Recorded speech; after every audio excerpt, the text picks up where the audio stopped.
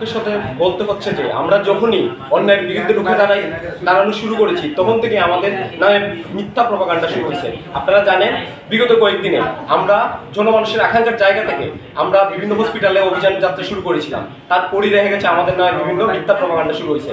তারপরে যখন আমরা আওয়ামী লীগ নিষিদ্ধকরণের দাবিতে সারা বাংলাদেশের নিয়ে আজকে আমরা যখন শুরু করেছি, ঠিক তখনই ওই মুহূর্তে আমাদের উপর আক্রমণ হয়েছে তথাকথিত বহিষ্কৃত সাকিব এনামূলক সাকিব নামে সেই বন্ড সমন্বয়ক।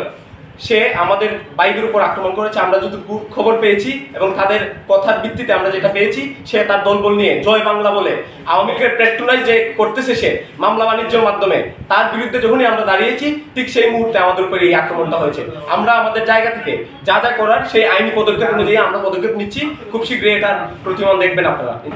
যে আপনারা জানেন আজকে আমাদের অবস্থান কর্মসূচি বিক্ষোভ কর্মসূচি ছিল সারা দেশের নেই।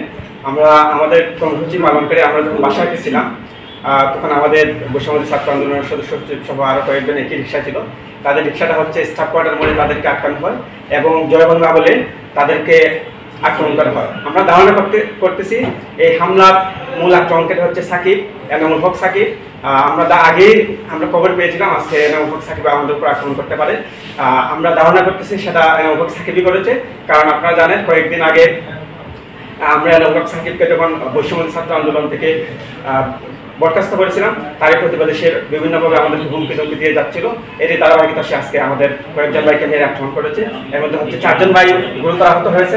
তাদের হাত এবং পিঠে তারা আক্রমণ করেছে, ছুরি দিয়ে আঘাত করেছে এবং তারা এখন সদর হসপিটালে ভর্তি অবস্থা আছে, চিকিৎসাধীন।